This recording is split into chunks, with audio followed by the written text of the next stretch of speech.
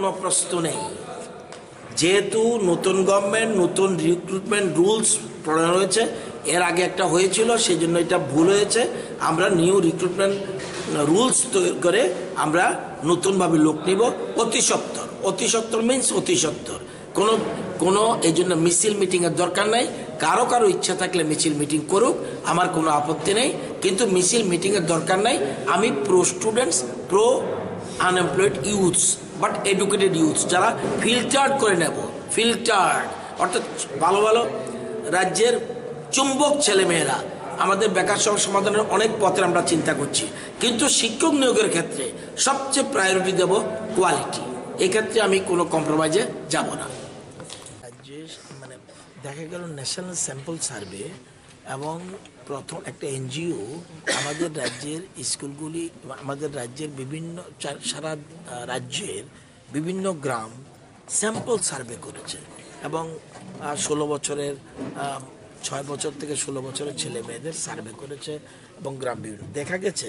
এই সার্ভেতে দেখা গেছে আমাদের রাজ্যের শিক্ষা ব্যবস্থা অর্থাৎ 8-এর ছেলেমেয়েরা ভালো করে ক্লাস 2 অঙ্ক জানে না এবং বিয়োগ জানে না, এবং 7-এর ছেলেমেয়েরা ভালো করে বাংলা ভাষা 3 বাংলা পড়তে পারে না। এই তথ্য জেনে আমরা আশ্চর্য হয়ে গেছি। সেই জন্য আমরা একটা সার্ভে করছি। এটা স্যাম্পল সার্ভে ছিল, এখন আমরা টোটাল সার্ভে করছি আমরা কোন শিক্ষণ স্তরে কোন জায়গায় রয়েছি।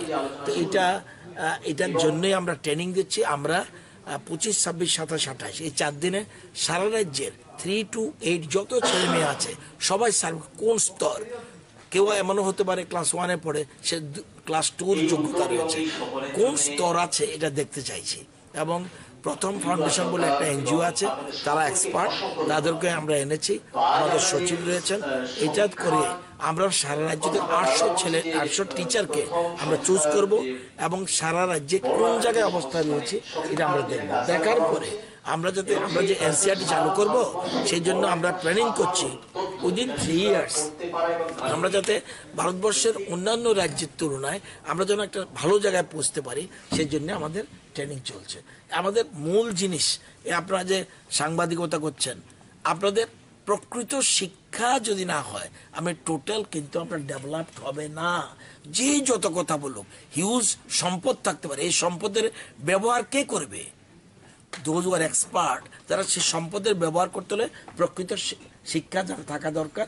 এই শিক্ষার জন্যই আমাদের রাজ্য সরকার গুরুত্ব দিচ্ছে। ওকে।